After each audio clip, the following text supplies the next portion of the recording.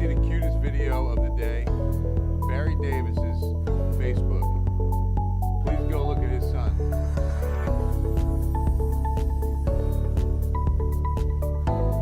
I know you guys can hear me out there, so I'm telling you guys too, on Facebook, in Facebook land, go to my good friend and colleague Barry Davis's Facebook page and look at what is arguably the cutest video on the internet today. Tell me that's not, isn't that awesome? With that lollipop hanging out of his mouth like it's a Marlboro, like a real mechanic. Exactly, like a toothpick even. Isn't that cool?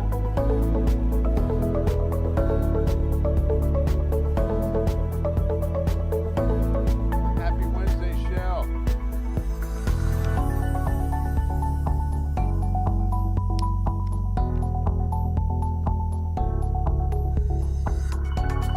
Come on in. Let's get started here in just a second.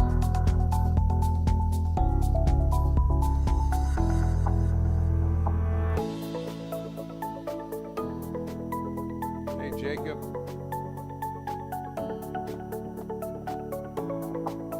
Happy Wednesday, Ann. Hope you're doing well.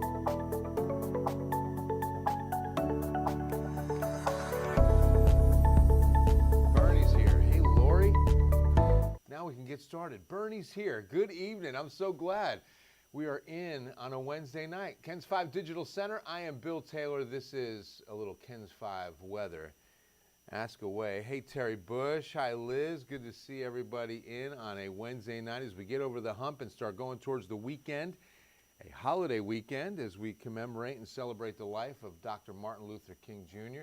We will be looking at that forecast for the, well, it's been called the largest march in the United States. I know it's at least one of, if not the largest march in the United States. And what's exceptional is if you look at the makeup of San Antonio, right? I mean, we're mostly a Hispanic city, but we celebrate Dr. King like hardly any other city in the United States. Isn't that awesome? I mean, it really shows unity more than any other, I think. And it's a wonderful march. I mean, if you get to take your family down there, it's a fantastic commemoration. Well, hello, Alberto. Good to see you, my friend. Thank you, Jacob. Always great to see it. Cassandra wants snow. We're going to get some winter mornings on the 7-day forecast, and I can promise you that. Far from a winter day today. Look at these numbers as I take a look at some more questions or comments. Hey, Yolanda, good to see you. Hey, Sheila, how are you? So look at this. Pearsall and Cotulla on January 11th hitting 91 degrees. 91. Eagle Pass, Carrizo Springs hit 90. Pleasanton, George West, Beeville, all got close. We won? Oh. What's wrong with Nate? Is he all right? Who? Oh, and Ann won. Oh, okay. I thought he said we won. Because how much time's left in the game? Talking Spurs. Got a couple minutes left. What's the score?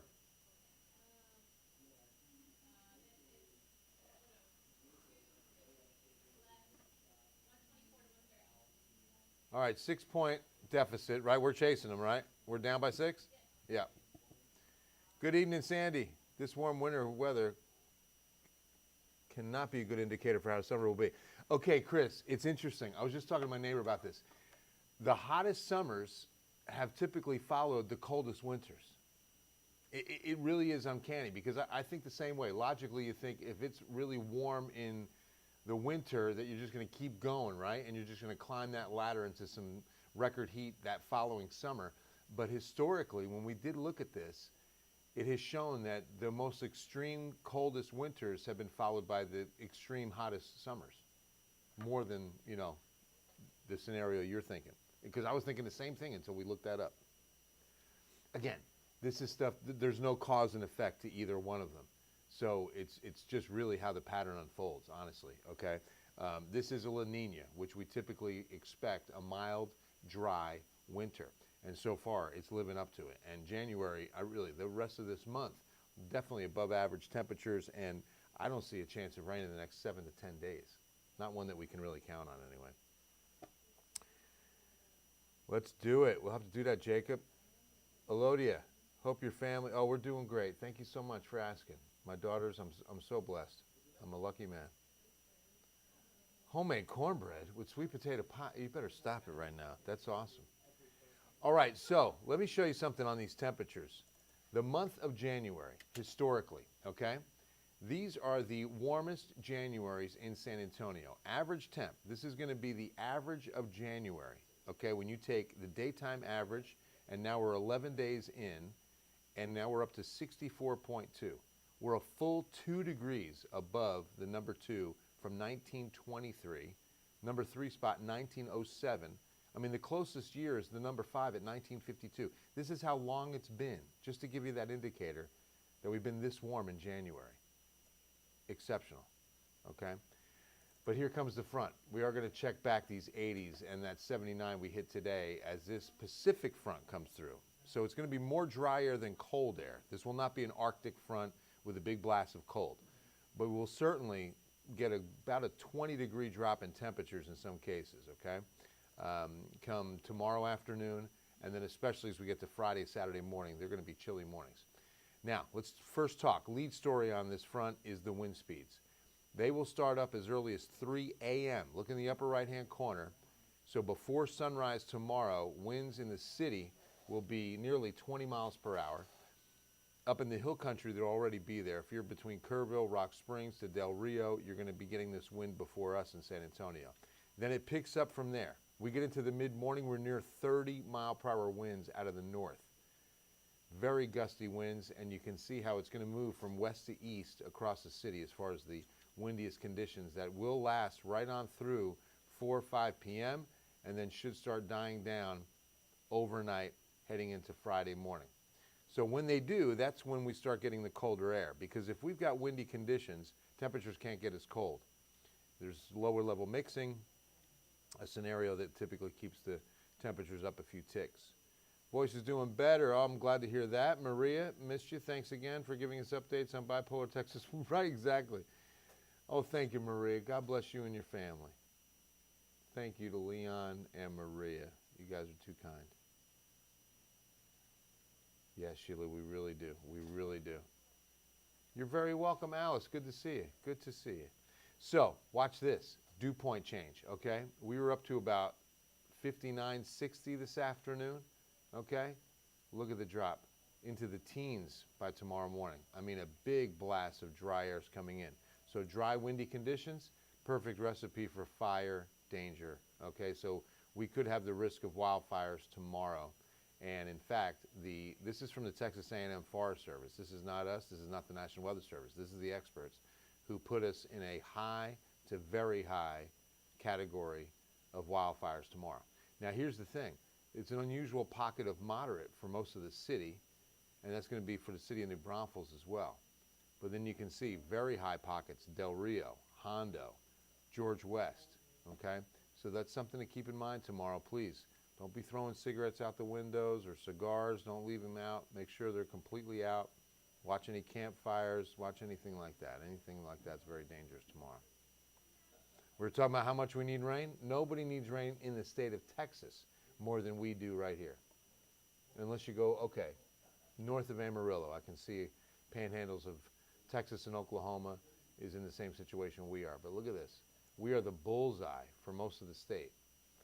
A good, we'll call it a fifth of Bexar County, all of Kendall, half of Bandera, a fifth of Medina County, and I'm talking about exceptional drought, almost all of Blanco County, more than half of Comal County, Canyon Lake, exceptional drought condition right now. But Canyon Lake level hasn't been too bad. Medina Lake level, which is in the exceptional drought, terrible. I haven't looked in a while, but the last time I looked was like 6 to 7% full. And then if you're not in exceptional in that area, look at the reach of extreme drought. I mean, that is huge. So that's the bullseye that we're fighting. But we just don't have a system approaching. The energy has been well to the north. If you look at the upper level pattern, we want to look for those lows and those tightly packed isobars where you see them stacking up. And you can see it's too far north right now. This is upper level energy, okay? High wind speeds aloft. And where you see the green contours with the yellow, those are like jet streaks, really high winds aloft. Okay, that's not precipitation. And so as we work our way into Saturday, Sunday, you can see it's like a near miss on some energy that'll stay north Texas. But here comes a low that gets down far enough to help us out. A little upper level instability here on Wednesday. So if we can get a surface trigger, maybe we get some rain on Wednesday. The European model says we do get a few scattered showers. The GFS, which is the US model, says no. So back and forth on that. The Bronco Bike Club, shout out to the Broncos. Hello, Hanak. Feeling like summer. You hit 91 down there today, bro. Wow. I'm the top most riding miles. Oh, nice, brother. Dre Love, what's going on? Mo and Bodak, what's happening? Here's to Mo, here's to Bodak. I'm off coffee, not a resolution. I actually stopped, I want to say it was October, early November. No more coffee. That's so cool, Jacob. Congrats. Yeah, we wish and pray hard, Liz. No rain in the forecast. No rain. Hey, Ibana. Thank you. Good to see you, too. Glad you're watching. All right, 7-day forecast time. Let's do this. We are going to show you from, where are we? The Pearl. You ever been to the Pearl Farmers Market? Saturday mornings. Oh, they're awesome. And this Saturday morning will be a beautiful morning to be down at the Pearl. It'll be cold. So see, that's when the cold air ushers in. The winds died down for Friday morning's low 39. So that'll mean about 30 to 31 in the hill country. So a light freeze at Mountain Home, Kerrville, Comfort, Bernie. All of you will be freezing on Friday morning. And Saturday morning will be a few degrees colder, okay? Because skies are going to be clear. Radiational cooling will take over. 67 tomorrow. It'll be a windy day, as I showed you. Chilly on Friday. And I'm not just talking about the dish, but the temperatures. Have some chilly on Friday, definitely. Saturday and Sunday. So you see nearly 70 Saturday, 75 Sunday, beautiful weekend, chilly mornings, mild afternoons. And then Monday, you can see MLK Day, 79, sunny skies. And there's, I'm going to put it in, optimistic on, I'm leaning into the Euro model on that one, 30% chance of a few scattered showers come Wednesday. I'm just hoping. We got to hope. Gabriella, I'm doing great. Thanks for asking. Hey, Gary. Brian, I hope all's well with you too. 2023 going to be an El Nino or La Nina? Well, so far La Nina, my brother. But you know what time it is?